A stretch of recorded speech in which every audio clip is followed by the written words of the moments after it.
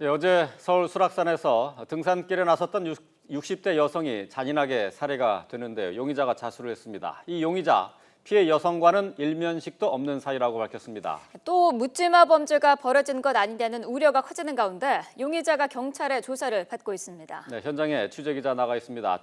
최민기 기자. 네, 서울 노원경찰서에 나와 있습니다. 네, 용의자가 오전에 조사를 받기 위해서 경찰서에 들어갔죠? 네, 그렇습니다. 조금 전인 오전 9시쯤 이곳 서울 노원경찰서로 용의자가 이송이 돼 왔습니다. 그리고 경찰의 오전 수사가 진행이 되고 있습니다.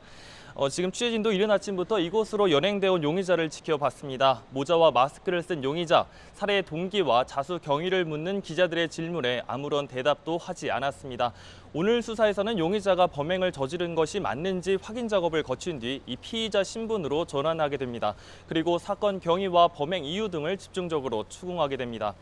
피해 여성과는 아무런 일면식이 없다는 것이 확인된다면 얼마 전 사회를 공포에 떨게 한 묻지마 범행일 가능성이 큰 만큼 수사 결과에도 관심이 쏠리고 있습니다.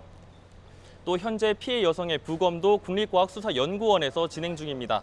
오전 내로 국과수의 1차 소견이 경찰에 전달될 것으로 보입니다. 부검에서는 사망 원인과 사망 경위 등 이번 사건의 윤곽을 파악할 수 있는 중요 단서도 나올 것으로 기대가 되고 있습니다. 용의자 61살 김모 씨의 옷과 흉기에서 나온 혈흔이 피해 여성의 것이 맞는지 확인하는 DNA 작업이 진행 중입니다. 결과는 2, 3일 후에 나올 것으로 보입니다. 또 오후에는 이런 결과를 토대로 한 경찰 브리핑도 이어질 전망입니다. 네, 어제 새벽에 벌어진 일인데 이번 사건 다시 한번 정리해 주시죠. 네, 저도 사건 현장에 어제 가봤지만 굉장히 사람들이 많이 다니는 등산로였습니다. 지림로에서 불과 20여 분 떨어져 있는 곳이었는데 사람들의 발길이 끊이지 않았습니다. 이 여성이 시신으로 발견된 것은 어제 새벽 5시 반쯤이었습니다. 이 등산로에서 이 60대 여성이 피살된 채 발견된 겁니다.